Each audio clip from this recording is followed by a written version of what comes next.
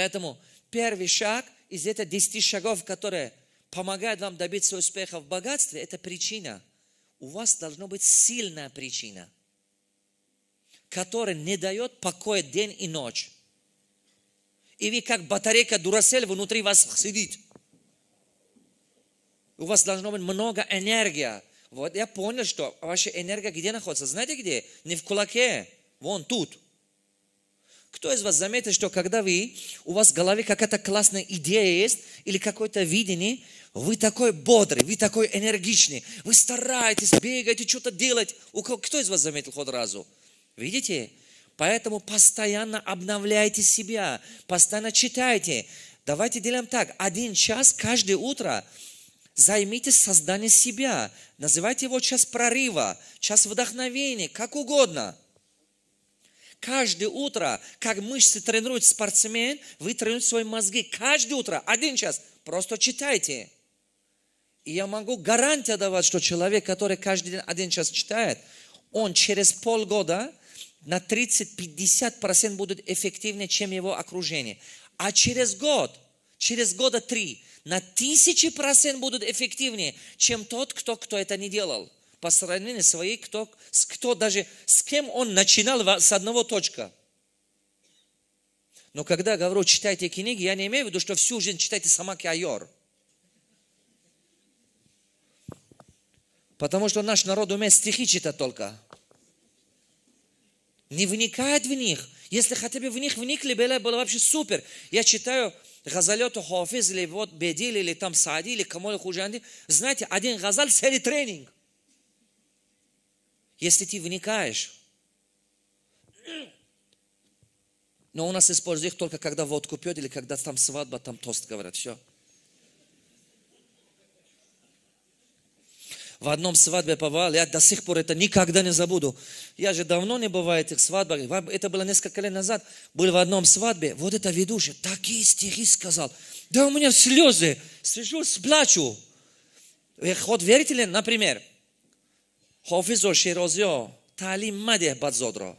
Бадзод агар доношава санге занад устодро. این میدونید چقدر بقوتچین چی ادل مشو غمگین از غوغای غریبان غوغای سگان کم نکنه رزق گدارا تو زیغ نشو که یک کس تو به شانس نمیتید تو زیغ نشو که یک کس تو ره نمیتید غوغای سگان کم نکنه رزق گدارا بفهمه؟ کی فهمی مضمونش؟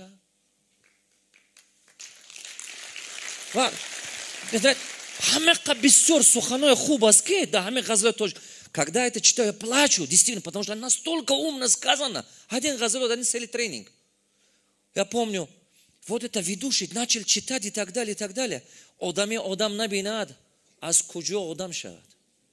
Вы подумайте на минуточку. Значит, единственный способ стать человеком, хоть разу сидеть, вставать рядом с мудрым человеком. Это единственный шанс. Другого шанса, оказывается, не бывает. Когда я заметил, вот так, знаете, я не актер. Меня заставил Мухуддин, чтобы я сам играл свой роль. Но когда начал играть профессиональными актерами, я заметил, что я стал лучшим актером. Я свою собственную роль играл по-другому. А знаете почему? Когда вы работаете профессионалами, вы станете профессионалом. Видите? Одаме одам набина, аз куджо одам шават. Так?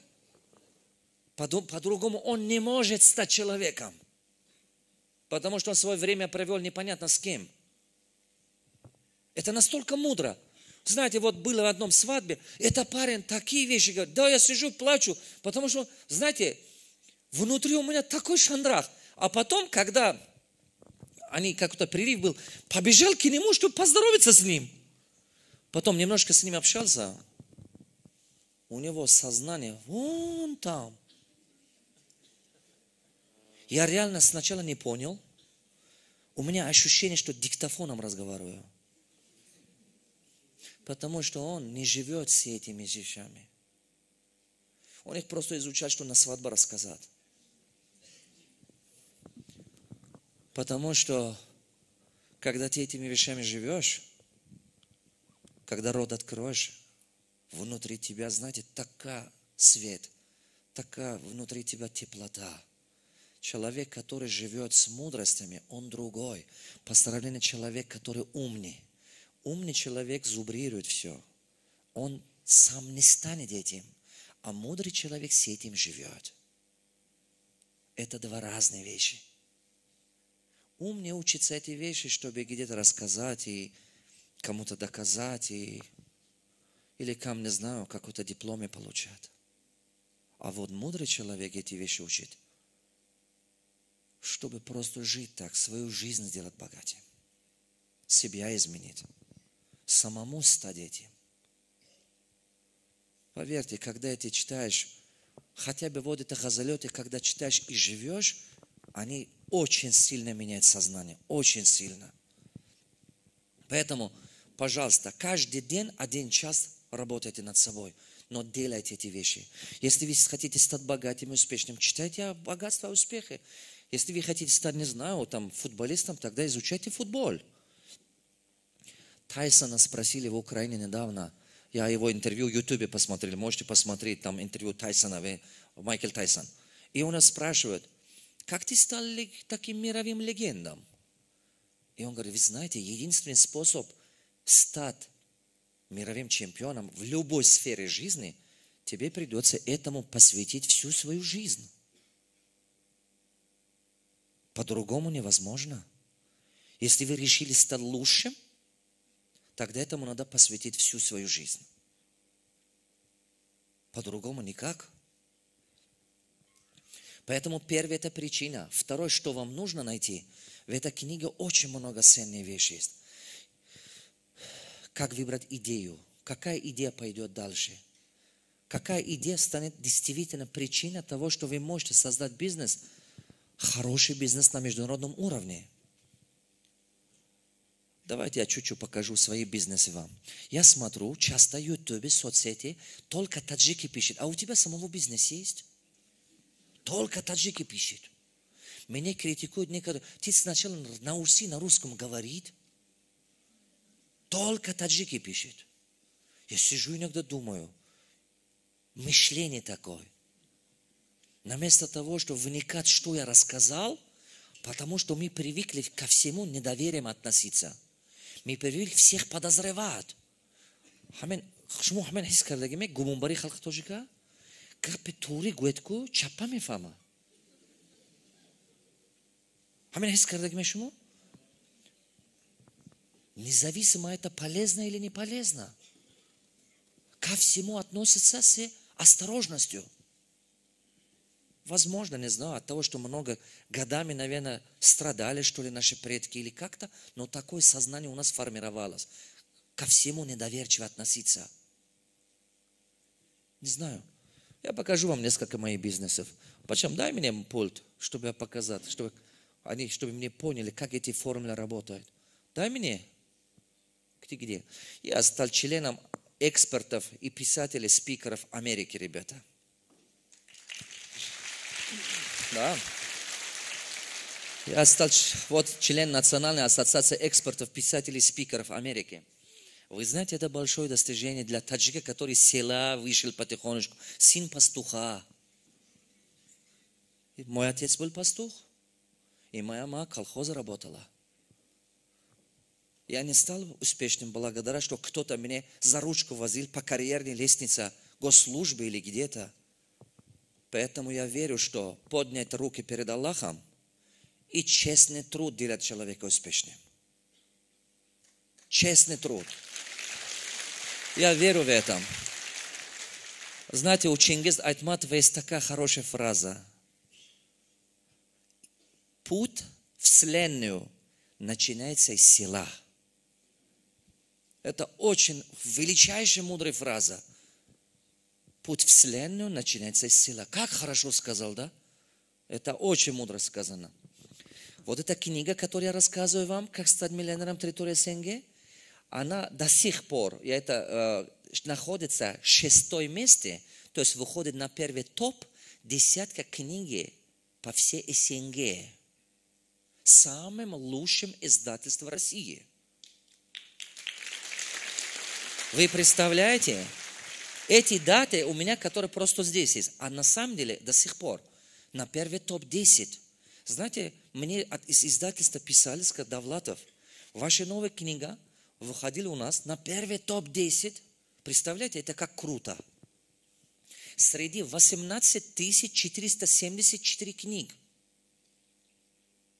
Они мне сказали: вы выходите на первый топ 50 самых востребованных авторов на сегодняшний день. Вы знаете, когда вы в центре рождаетесь, а там развиваетесь, это намного проще. Когда из периферии добраться, это очень трудно. Потому что фамилия не Иванов. Я не шучу. Поверьте, это так. Мне Америке и других стран намного легче удалось попасть, чем в России быть более успешным. Потому что формировалось, что как будто просто на 10 балл тебе ниже балл дает от того, что ты просто таджик. Кто меня понял? Автоматом. Просто автоматически. Почему? Потому что люди привыкли видеть современного сегодняшнего таджика только базаре или черным работником. Такой портрет формировался, к сожалению. Я не знаю, почему так сложилась судьба нашего народа, но это факт. И нам придется, когда за пределы Таджикистана живем, постоянно придется доказать, что ты не верблюд. Знаете, почему этот фильм мы делали? Меня 6 режиссеров предлагали снимать мой фильм. Я Мухуддин предлагал, он был 6-й. Я Мухуддину сказал: вы снимайте этот фильм про меня. Почему я так хотел? 3 важные цели в этом фильме. Первый его был такой: стирать границы в сердцах людей, разные нации. Границы пусть будут на бумаге, но в сердцах людей она не должна быть. Понимаете, никому не интересует, ты кто по нации, если ты человек. Она не должна быть, когда вы достойны, мудрой личность. Она должна быть для можно формальности на бумагах, чтобы знать в земле, где живешь. Но она не должна быть в сознаниях и сердцах. Я хотел через этот фильм показать щедрости казахов. Понимаете, именно вот русская, щедрая душа русская, которой столько лет наш народ живет. Я так хотел, чтобы вот это показать, что действительно через этот фильм, потому что у меня огромное количество друзей и знакомых, близких во всех этих странах. Узбекистане, Кыргызстане, России и разных стран. Что когда ты человек, нация не имеет роль не играет. Не бывает плохой или хорошей нация, бывает плохой или хороший человек. А второе вещь, что я хотел через этот фильм, я очень хотел, чтобы этот фильм стал как примером, как надежда, что да, любой человек способен изменить свою жизнь. Потому что такие, как я, много. Я не мог получать образование, 3 вуза бросил, не получилось, через много пришлось пройти, долги попали и так далее. В таких ситуациях могут попасть любой человек. Я очень хотел, чтобы этот фильм давало как источником вдохновения был. Третье. Я очень хотел, чтобы этот фильм сломало некие восприятия. Какое восприятие? Одно шаблон, который восприятие формировалось в голове других людей по поводу нашего народа. Нас автоматом воспринимают, что если ты таджик, значит ты грузчик, значит ты черный работник. И нам не платят, даже если мы хорошо умеем эту работу делать, не платят нам даже половина того, то, что на рынке стоит эта цена. Только потому, что ты таджик. Думает, что он все равно не поймет. Все равно он некачественно делает. Так и думает. Я так хотел, чтобы этот фильм стал причиной, чтобы какой-то, по крайней мере, немножечко повлиял на это восприятие. Одно восприятие со стороны посторонних людей по отношению к нам. А второй шаблон формировался в голове нашего народа. Поверьте, любого нашего народа спросите в аэропорту, куда ты едешь? Россия. На что? На работу. Кем будешь работать? Сразу озвучу, что надеюсь, что найду работу. А кем будешь работать? Кого ты будешь искать там? Он что скажет вам? Стройка, наверное, базары, наверное. Вот так. Он еще туда не поехал, здесь делает намерение, чтобы попасть туда. Потому что он думает, что другое не могут найти, кем я могу другому работать. Я очень хочу, чтобы этот шаблон изменился. Потому что я больше не хочу, чтобы мой народ работал черным работником.